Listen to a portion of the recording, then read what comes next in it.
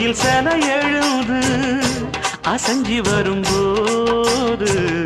உள் மனசு தத்தடிக்கும் உறக்கம் என்பது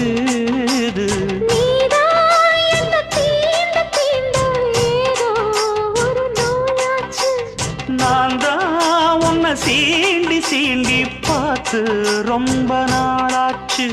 கொஞ்சம் இடம் கொடுத்த பச்சை கொடி பிடிச்சா எத்தனையோ வித்தைகளை இப்பவே நீ காட்டிடுவே